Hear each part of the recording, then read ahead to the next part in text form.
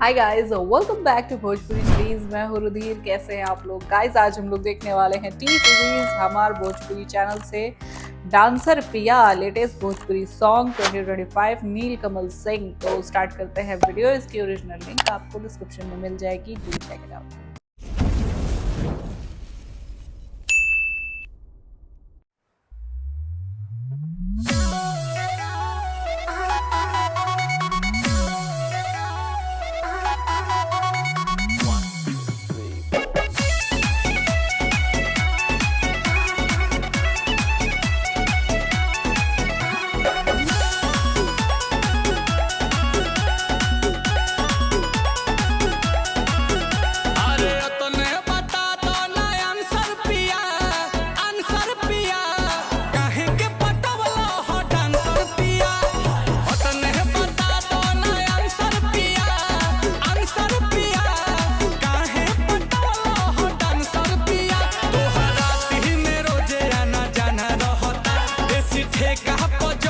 ठिकाना रहता खाली मुर्गा या दारू के खाना रहता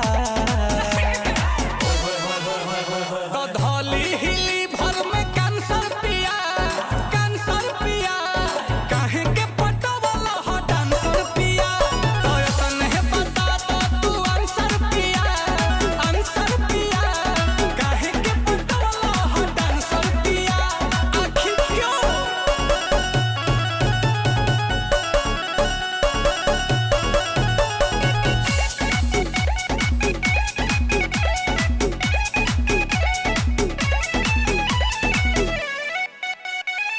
जाके नचनिया के भइला दीवाना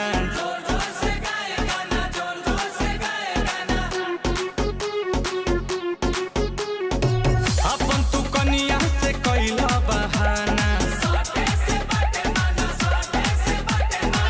हमर जवानी जियानी भइल तू जाके मारो तारो चांसर पिया हेलो हेलो हेलो रेडी 1 2 तो नाच के हो गइला काहे पटवला हो डांसर पिया तो इहे बता तो ना आंसर पिया काहे के पटवला हो डांसर पिया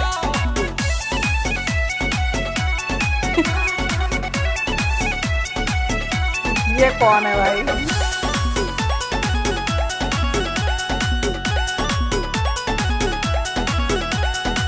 नील कमल बाड़नी मन गवैया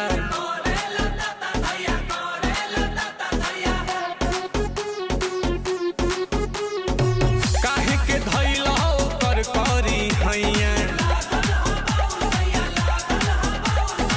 पीछे पीछे आंसू घुमा तारा बनी गइल बाड़ बाउंसर पिया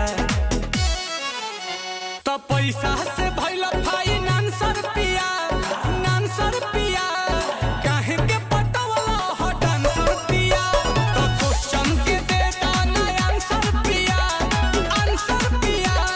काहे के पटवला हो डांसर पिया बोलिए चुप काहे हैं क्या बात है, काफी क्यूट सा, फनी सा, बहुत ही प्यारा सा सॉन्ग है। ठीक है, बहुत प्यारा लगा मुझे तो कि मतलब अनएक्सपेक्टेडली एकदम नील कमल भैया वो तो स्टेप बाय स्टेप